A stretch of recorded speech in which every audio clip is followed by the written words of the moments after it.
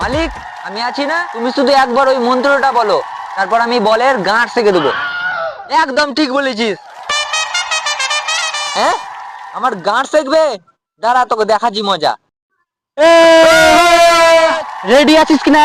হ্যাঁ মালিক আমি রেডি আছি, তুমি শুধু একবার আমাকে চালাও, তারপরে আমি ব্যাটম্যানসের বিচি আউট করে দেবো।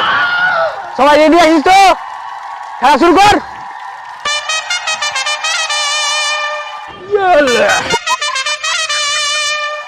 এখন গারফাটা ব্যাটম্যানের চিন্তা আছে, যদি একবার 6 রান না করতে পারে। এখন গারফাটা বলার বল করছে আর এখানে মেরে ছক্কা।